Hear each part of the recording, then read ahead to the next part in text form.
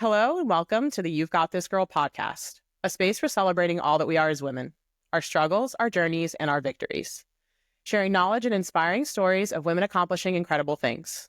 I'm your host, Marilyn Brown, and my guest today is Anna Devere. Anna is a multimedia producer and marketing strategist. She received a Bachelor of Arts in Theater in her hometown of Las Vegas and continued her professional acting and design career around the globe. Anna has worked in advertising, sales and marketing, law, and even holistic health, but her driving force has always been serving people. She channels this passion into singing and songwriting and has worked with music industry legends including Gladys Knight, with whom she won a Grammy in 2005 for Gospel Album of the Year. She performed at the Bluebird Cafe in Nashville with Susie Boggess, and now writes, records, and performs her own original songs, which are featured in her nonprofit work and the docuseries Beyond Reflections. She has won multiple Davy Awards for co-hosting and writing the daily show Celebrate Every Day. Building AI Boston connects Anna to her favorite role, connecting people and building community through storytelling. She also hosts Discover Your Potential and Smart Pet Talk, and her forthcoming book, Seeing Like a Storyteller, highlights her ambition to change the world with empathy and compassion. Welcome, Anna. Thank you so much. Oh my gosh, it's hard to sit still while you read all that stuff about me, even though it's all true. Whoa. So happy to have you. I'm so glad to be here, and congratulations on your podcast. I mean, nothing is crazier than starting a podcast, but you're coming at it from the heart, and I just love everything about it. Thank you. Thank you. Yeah. Thank you. So getting back to the beginning of your story, in our discussions, you shared that your first memory of performing in front of a crowd was so impactful for you and how you felt in that moment that you had found your calling. And I'd love to hear more about your journey from that moment to where you are in your current career in entertainment. Oh, such a great question, and thank you. I'm honored to start off with a story because I think of myself primarily as a storyteller. And at age 5, I really had such a unique awareness. I mean, someone explained karma to me when I was a little kid, and I looked him straight in the eye and I said, yeah, I'm not here to work out any other, problems. I'm just here to love people. And they were so taken aback that I really meant that. Like, I was so naturally curious about people. But that moment that you referred to was a Christmas pageant in Oakland, California. And it was in this place called the Oakland Coliseum, which was 20,000 seats.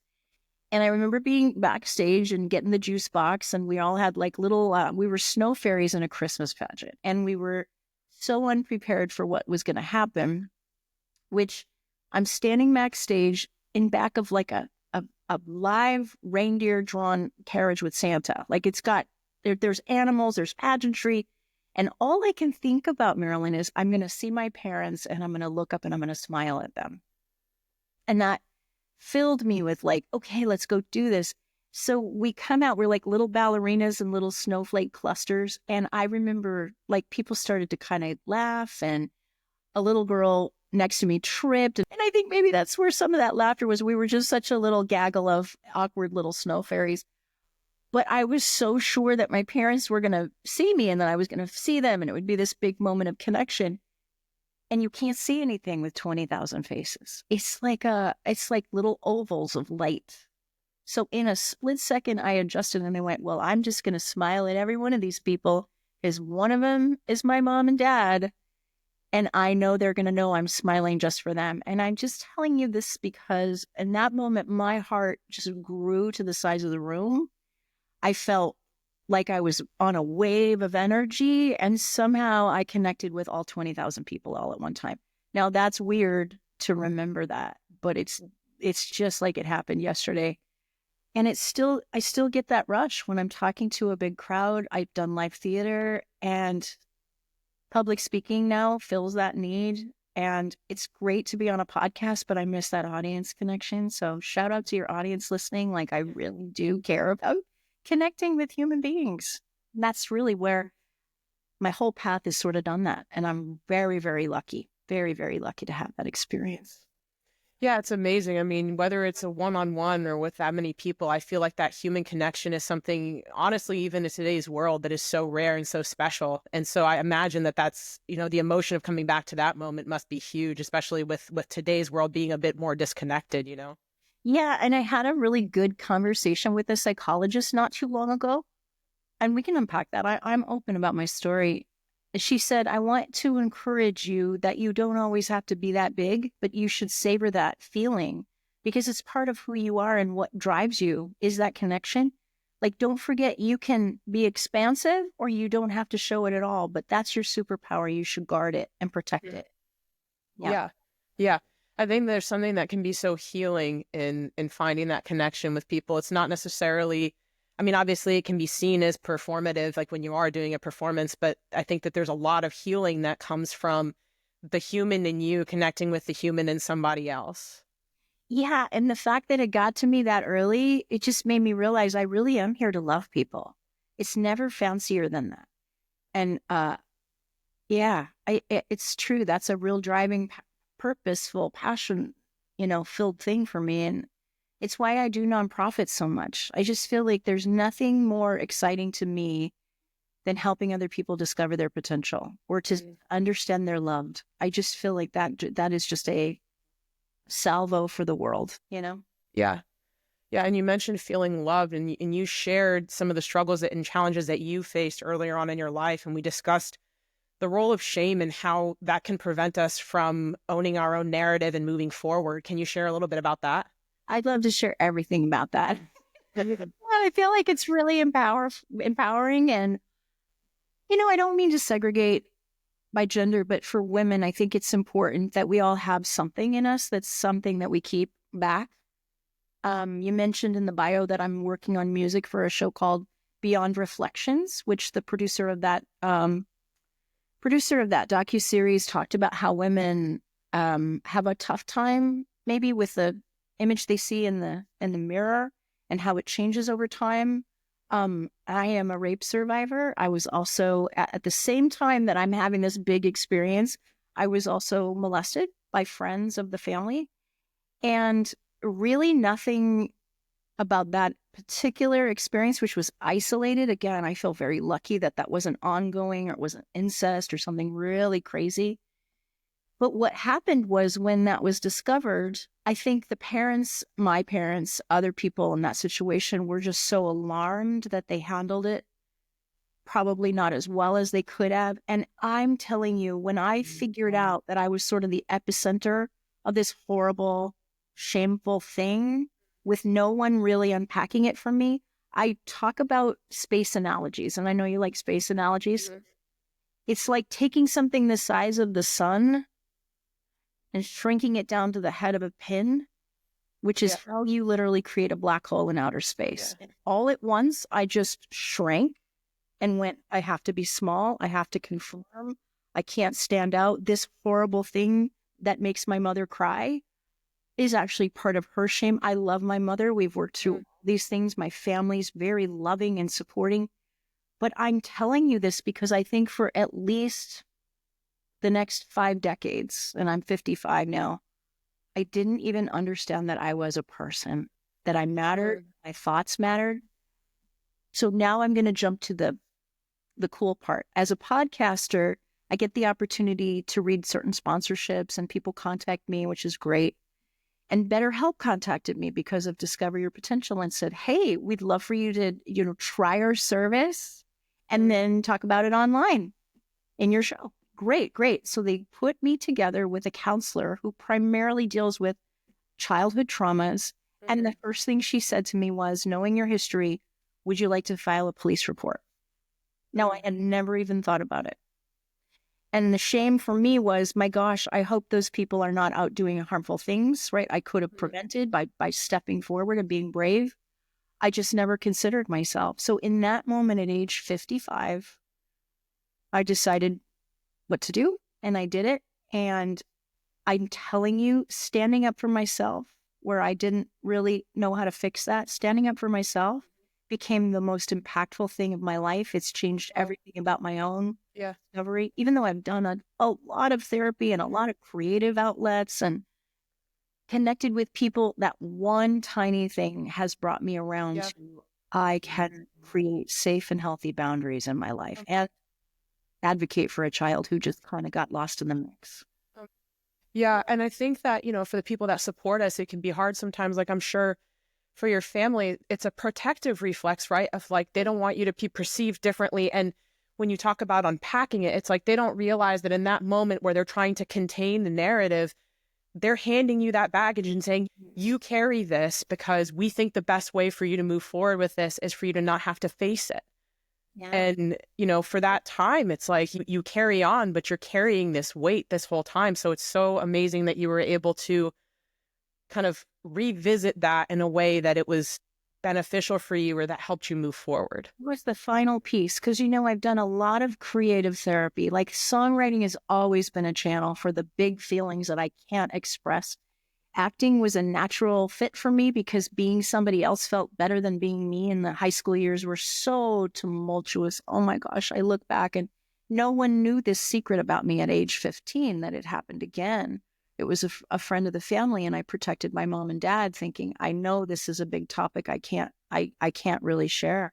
But yeah, and I think what happened for me with songwriting was it became the perfect outlet. Otherwise, I probably would have just rolled over and died. I don't know.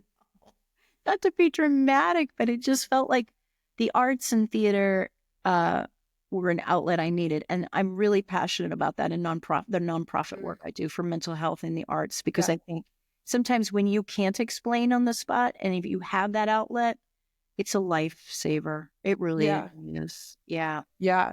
And so that leads to kind of my next question around the fact that, one of the things that was so evident to me the first time that we spoke was that you find so much joy in leveraging your creativity to spark the curiosity in others. And you have such an emphasis on seeing people who aren't always seen and lifting them up and giving them a voice. And it's very inspiring to me. Can you speak to the work that you do around that? Sure. I guess I work with a lot of at-risk youth programs, arts and mental health, as I mentioned. But again, it's kind of an accidental connection. I want to go back to a moment in time when I was kind of arguing about, the care of my daughter. I was arguing with my husband because he said, how do you get her in and out of the car? She was 2 years old at this point. And I got really gruff with him. And I said, what are you inferring? That I turned my back on my kid? Like, give me a break. And he goes, well, I've watched this thing on human trafficking and kids get stolen all the time. And I looked at him and I said, do you not think I know what happens to kids that get neglected? I realized in that moment I was just burning with this problem, right? And not about my husband or his, micromanaging me in the moment. I went to the piano and I wrote a full song about children. The song is called Beautiful. And it was the first time my inner child spoke up, and I said, I need someone to see me. And I need someone to know that I'm more than just my problem or my trauma, even though I had no idea that's what it was for. The song just came out of me, just whole and complete in 30 minutes time. And I did nothing with it because somewhere inside I felt like, this is too harsh. This is too much. This is a feeling that feels too close to my own, trigger. And then in 2016, when I graduated from massage school, a pure coincidence, somebody goes, hey, we're doing this benefit concert for victims of human trafficking. And my brain went, I have a song for that. No one saw it coming. And I went to LA and I performed that song and I got a standing ovation because literally, even though the song was not about human trafficking, it was about, we can't shut off this need to see something that no one wants to talk about. And because the song is about beauty and about human potential and about children needing our attention, it just carried hope like nothing anybody had heard, and it opened people's hearts. And that's where we went, wow, songwriting and storytelling can really move the needle in hard ways. Yeah, because there's something, and I've talked about this with a few of my other guests. I think that emotion and vulnerability is seen as weakness by a lot of people, especially in today's society. But there is so much strength in putting yourself out there, especially after you've been hurt or you've gone through difficult situations, to be able to lay bare the things that you've gone through and address them with people and connect with them, because there might be somebody else out there who isn't at that point yet, who hasn't found their voice, who hasn't found the strength to be able to look the situation in the eye and heal and move past it. And you having the fortitude to be able to put yourself out there and say, hey, it's okay to not be okay. And Yeah. the only way that we get past these things is by talking about them and connecting over them and just dispelling the shame around them. Yeah. Yeah. Oh yeah, absolutely. There is a wonderful documentary called Brave Miss World, and I won't remember the woman's name, but she won in 1988 she won the Miss World title totally unexpectedly. And then she used her year platform to talk about an event that happened 2 weeks prior to the pageant, where she was raped by a publicist or someone connected to her in Milan. And it was such a shock to her. Now she's devoted her life to advocacy. She's a lawyer, and she speaks at the UN. I mean, she's a remarkable person. And I watched that movie thinking, yeah, me too. I want to do brave things and I don't mind being bold, because literally dissolving shame around these topics and taking it away, just removing that from your feeling about yourself. Yeah. It's a feeling that you can find in your body, that you can literally just go, that's not me. Mm-hmm. It might be a lifelong journey for you to really feel that, but that's something that you need to remove, like a splinter. Yeah. It's an energetic thing that can just mess with your mojo if you're not careful. Yeah. So Well, it's and about it. And the people who would do harm, the predators that are out there, they rely on that shame. They depend on things like this staying in the darkness in order to be able to continue their lives. So it's like I just think it's so powerful when people share their stories in that way. And I really applaud you for using it as a way to connect, and sort of transforming it and finding your own power to be able to move forward and help others move forward. Oh yeah. I think nothing, and thank you. I agree. Talking about the predator thing, Mel Robbins did a television show a while back, and she talked about, she had survivors and telling their stories, and each different survivor, I think there were 6 on the panel, had a different way that their predator approached them.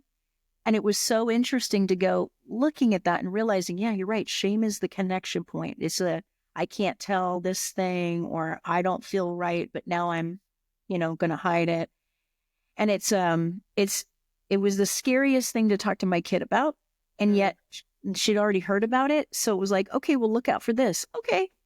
Like it wasn't like this is going to happen to you. It was more like, hey, if anything happens like this, you'll know what to do. And I can't tell you how good it felt to finally get to that moment, because, man, I didn't even want to have children. I think and biologically, I couldn't have kids, although there's no explanation for that. We did all the testing. So we adopted a child. And I think my biggest fear was bringing an innocent being into the world when any number of things can happen. So Yeah. having reached that point where, okay, we've got this, she understands, and then we don't have to worry so much. It just solved so many things. It was like, wow, okay, job well done. Let's go.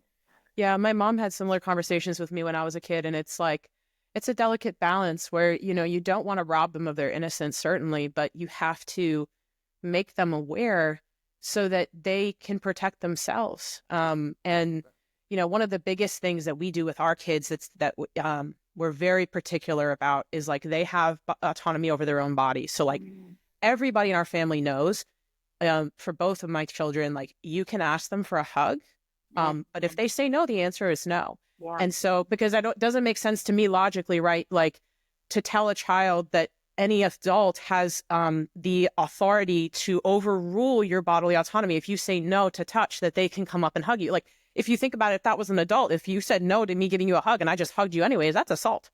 So like, how does it make sense to tell a child that they don't get to say no to somebody coming close to their body? Like that never made any sense to me. No, really good looking out, Mom. And I want to just tell you that it's so great that we've evolved in this day and age to let children set really clear boundaries on every topic, right? I love parenting, and I love parenting a teenager because they're just forming their own opinion. I mean, people say, "Are you crazy?" A lot of my nonprofit work is with teenagers and middle schoolers, and it's that weird intersection where you're just trying to find out who you are. Tweening is a thing. Actually, tweening never stops until you hit about age 50. So just relax. It's going to be okay. And I tell even college students, I'm still figuring out what I want to do for a living, and you can evolve at any point in your life. So I just think it's so satisfying to help young people figure Yeah. life out. Yeah. Yeah. Yeah. And it's so interesting too. I was talking to one of my other guests about, she talked about how professionally she's pivoted several times. And, it's also takes a lot of strength of character to be able to identify when things are and are not for you. Right. And like, cause the easy path is just to keep going with something, even though in your heart, it's not something that's for you anymore. But to be able to turn around and say like, okay, like this is the end of this season for me. What's next, and pursue that what's next with like vigor and passion. That like I feel like sometimes there's a negative connotation with pivoting like that, but I think it's so cool when people can just come out and say, you know what, this is not a thing that's for me anymore, but like there's this other thing and I'm gonna pursue it with everything I've got. It's so weird that we make kids choose their career path at like 15, 16. And then we say, yeah, it's never going to change. You got to stay the course. I mean, who did that? That's like a 1950s thing. Nobody does that anymore. And the people pivot and land strong are some of the most successful entrepreneurs and business people and, leaders. And I think developing resilience is a big deal. It's the hardest thing as a parent to know that your kid is going to get bumped along the way. That's the hard part. I wasn't really a helicopter parent. But between me and my husband, like I definitely was able to mitigate like the fear and the risk, knowing she's got to fail forward. Our dear friend Michelle Lucas gave this excellent TED talk about failure must be an option, because we mollycoddle our kids too much when we think they try to keep them away from pain. It's possible. No. Yeah, I something I had to learn with my kids is like, at a young age, you have to let them learn how to sit with disappointment and be okay with it.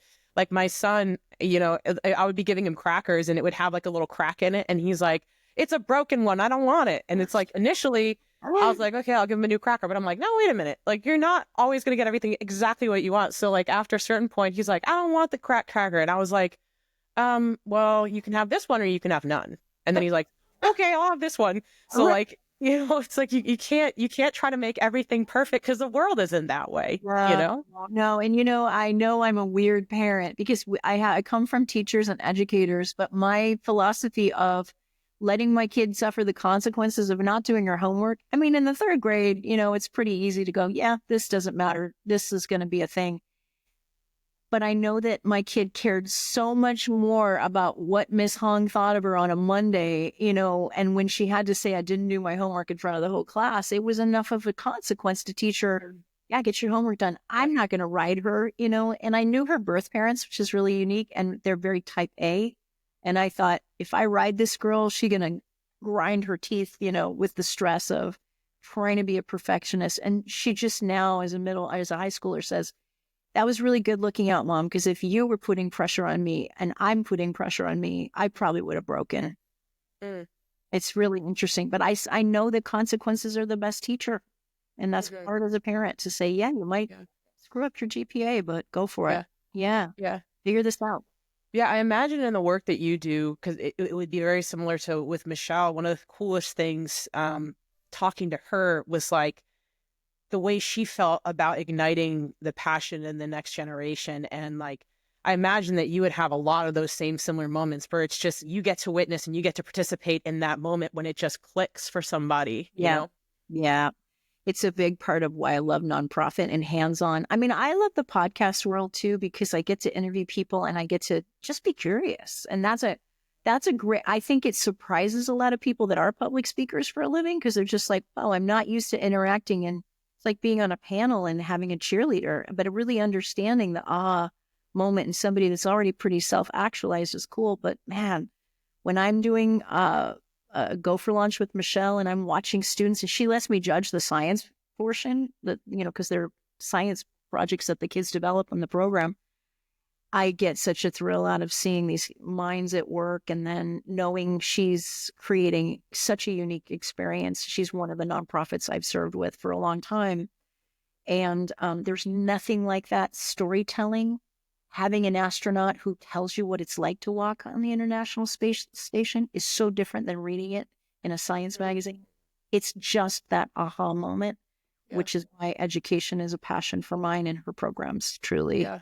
my favorite. Yeah. Well, and just like that, like coming back to that human connection, you mentioned, being curious, like that's one of the coolest parts so far, I think, that I've found about running this podcast is if you pay attention and you ask the right questions or just ask any questions in general, you see these commonalities that come across, especially as women. Like we're so diverse in our backgrounds, but there are these things that bring us together no matter who you are. Like there's this shared experience and I think strength, but it doesn't come to light unless you're asking the right questions, unless you're connecting with other women on a deeper level and asking them these deeper questions. And that's one of the things I've really enjoyed about this project and, continuing to enjoy during this conversation. Oh, thank you. Yeah, I do support women, and I'm a strong advocate for supporting women. I created a new show called Building AI Boston, and I get to go play with the wicked smart people in Boston. And my guests usually form some kind of collaboration with me. One of them was Dr. Felicia Newhouse, and she created this event for women. The entire summit was about sharing AI with women of all walks of life, which is, I obviously resonate with that. And I ended up singing a song. I sort of crashed her party, but she was having me on in the mix anyway. But I sort of crashed her party by saying, "Hey, I got this song, and it's about the ripple effect, and it's about really being the hero that you want to be. Like you're the one you've been waiting for, kind of moment." And I wrote it about Neil Armstrong, and I have a great connection with Michelle over this because she knows a lot of my songs are about space. But there I am at MIT wearing space pants with this giant jumbotron like display of planets and things coming in and out. And I'm looking at the audience like, what are the chances?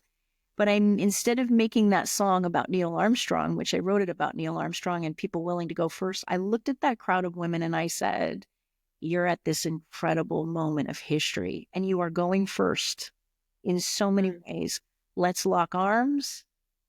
Let's take the future by storm. And let's not be afraid. And nothing creates partnership and synergy more than saying, I've got you, which is the title of your show. And I applaud you for running with that because we need it. We need it. Drop the competition and say, we need each other. Yes. And so that's, to me, it's amazing that you run these events. And one of the things that you've said is that the strongest thing that you can do in a room full of women is edify everybody else.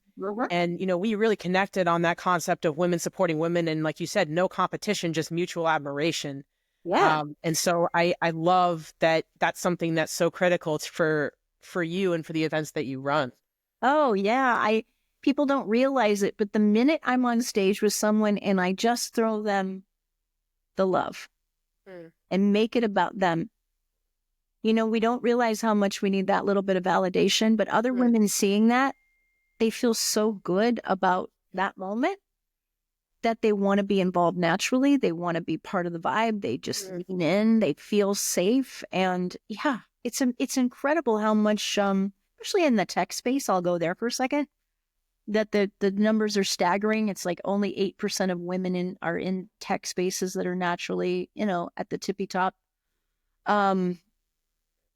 And so I had this conversation with a good friend of mine that's up in Canada running Billboard Canada and UK London and one of the, largest digital marketing companies in the world. And she goes, sometimes I walk into a boardroom and there's two women and I'm one of them. And the first thing I do is go shake her hand and say, hey, I don't know too much about this. Sounds like that's your strength. Why don't we let you take the lead? Yeah. It kills the competition. The girl's totally disarmed. She's like, yeah, because they're both in the room and on some level they are made to compete. And yet when you drop that barrier, suddenly it's like, yeah, let's just get to it.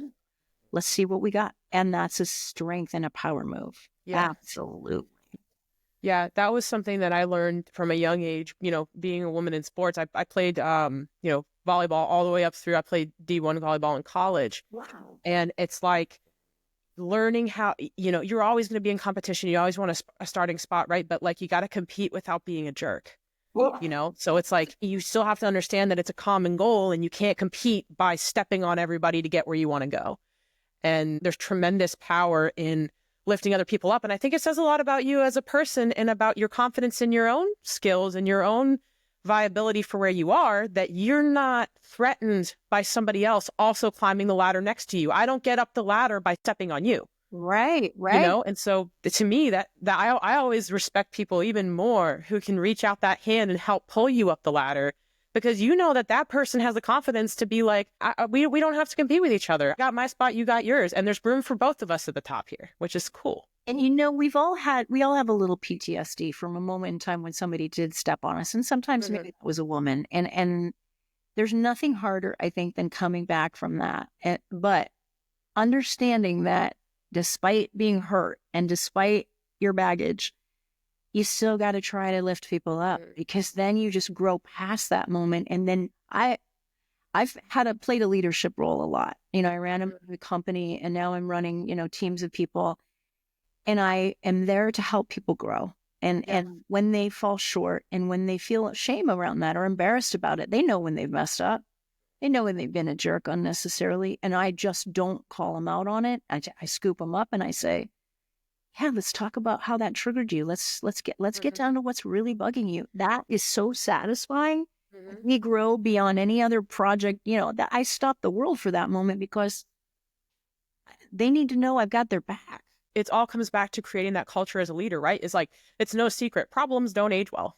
And so but it's, how do you, it's almost like parenting. Like, if you come down on your child like a hammer every time that they do something wrong or there's a failure point, why would they come to you when you have they have an issue that they need to share? But problems don't age well. So if you tell them, like, I'd rather you just come to me and tell me, and then we can deal with it. Like, it's not the end of the world. My old boss used to say, we're not saving babies here. So, like, if there's an issue, tell me what it is and we'll move forward. But if you're so scared that you're going to wait 3 weeks to tell me, that 3 weeks isn't going to make things any better. I know, and I think about that with training. Like, when I heard this analogy, and I don't remember where it comes from, but so I'm not stealing this as my own thought, but I remember, maybe it was Esther Hicks, now that I think about it. She said, if you saw a toddler learning to walk, and then every time they fell on the floor, you came over and scolded them for falling down, you'd be a monster. Yeah. What kind of sense? And we're always falling down. And if we don't treat ourselves with that same gentleness, it's a crime, because we're here to learn and grow. And that's that goes back to shame and just not making that our MO. You wouldn't do it to your dog, your cat, your kid. So why do it to yourself? Yeah. Well, and I think, like, there's, people, we think as adults that we transform into these totally different characters, but those same needs for validation, for love, for all of these things still exist in us as adults. And it's no less important. And so that, to me, like, exactly what you're saying is, like, there's still a kid in us that wants to feel loved, that wants to feel like we're doing okay and that we're going in the right direction. And, like, I don't understand why you would ever withhold that validation for another human being. It costs you nothing most of the time. Right. To be able to see somebody else, like, look up for whatever you're doing and just see that person. Yeah. As a person. Yeah. And I worked in family law, which was a real picture into people at their worst, and we had clients that were just annoying, oh, I can't take that call. That person's so annoying.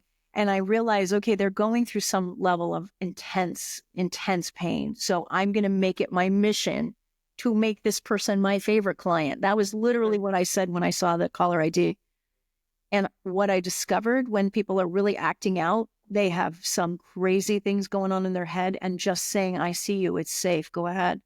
I learned what people are going through. So yeah, I don't judge a book by its cover. And the older we get, the longer our story path is. So we've got a lot more triggers, and that takes a lot more unpacking. So I like to be one of the change makers that just goes, hey, let's get this out. Let's do it. Yeah.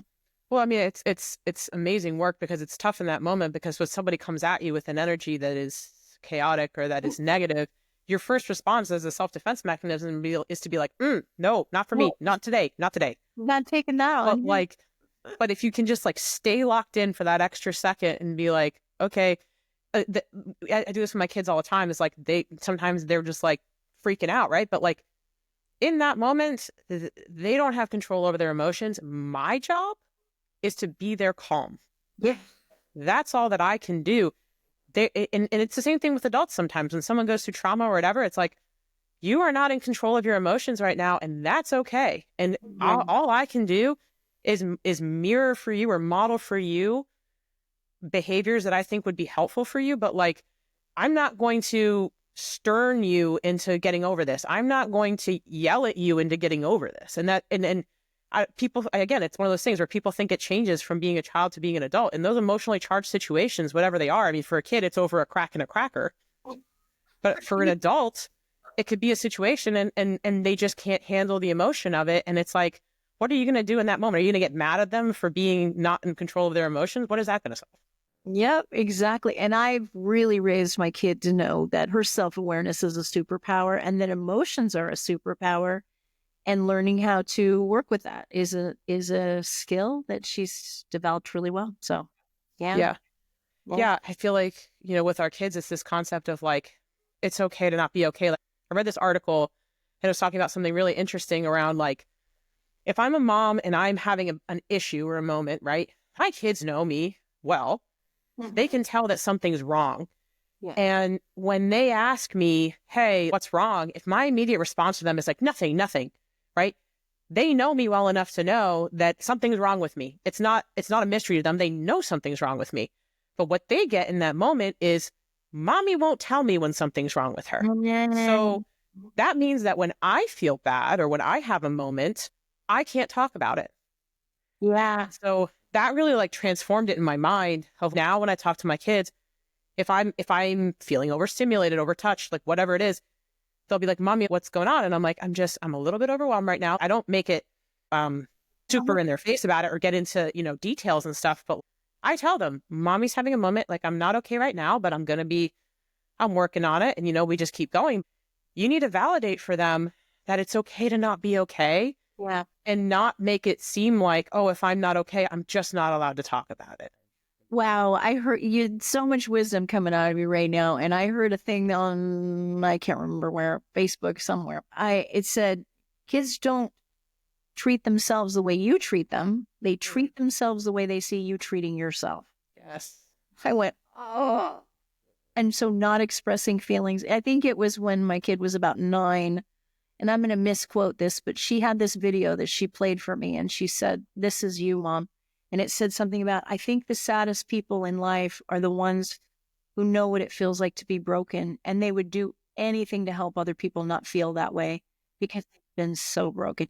And it makes me cry to this day because I'm hiding the fact that I was ever not okay, as a single mom or having a rough time or COVID. I mean, my gosh, I wasn't even checking in with her sometimes for 9-10 hours doing triage in my job and then not addressing what she was feeling. And that's when she sprung it on me like, Mom, I know you're not okay.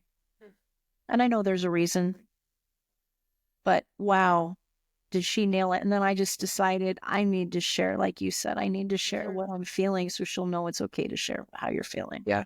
They can handle so much more than we give them credit for. I mean, like I said, you don't make it graphic or anything like that, but the way even children can understand these concepts if you introduce it to them at a young age. And I think there's so much benefit to them learning how to handle those emotions and how to be open with those emotions. Because the more you stuff that stuff down, I mean, it doesn't go anywhere but inside you. Like it doesn't disappear just because we put it under a rock inside our head. Right. And I think the thing that motivates me more than anything is I think our brains are such a superpower.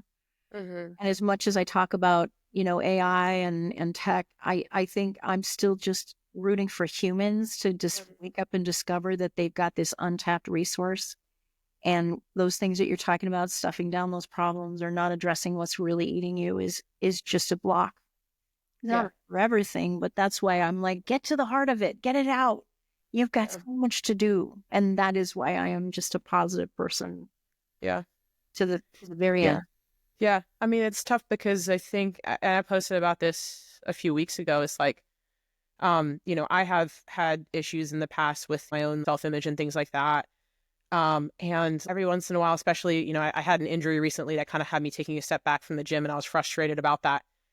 And, there's this little ugly voice that lives in my head sometimes that's just like, you might as well quit while you're behind. There's no point. You're so far from where you want to be. Yeah. And that used to be something that was all consuming for me. And I would just quit whatever I was doing because it just got to be the point where it was so relentless that I couldn't get past it. Yeah. But it's just lately I've built up this other voice or this other feeling in my head that's just like, you don't have to take that disrespect, especially from yourself. Yeah. Like you wouldn't take that disrespect from anybody else, and yet you take it from yourself. Right. We're going to keep working and we're going to move past this, but don't be mean to yourself. Don't let yourself say that to yourself. It's like, and I hear you. I mean, I hear you. I grew up and did theater, and professional theater just made me hyper aware of my image.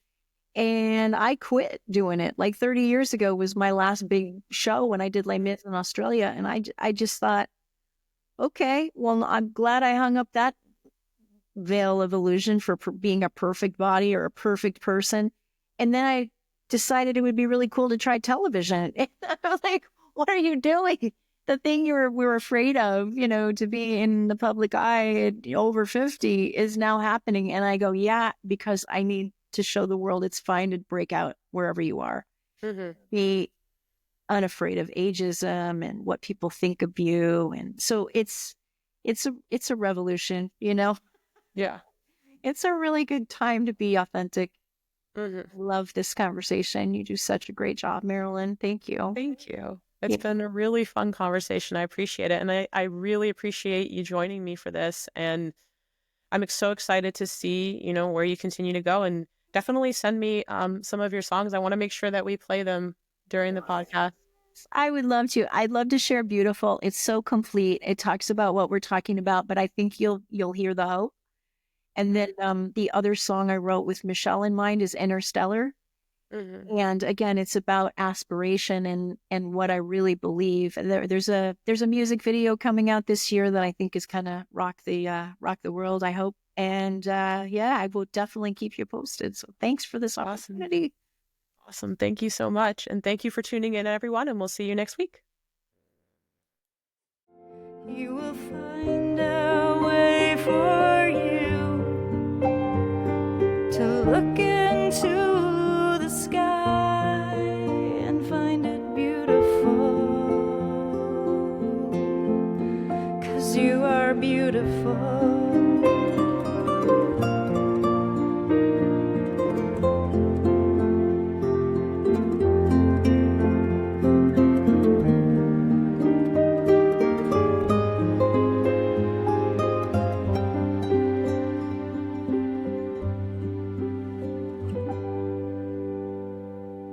Sometimes I wish there were things out there that I didn't see, 'cause it's killing me for you.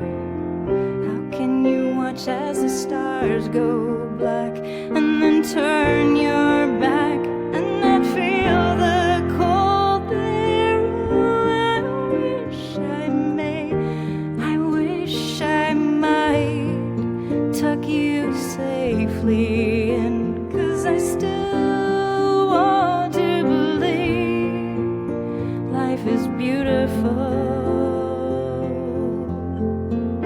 Yes, I still need to believe life is beautiful. I just wish that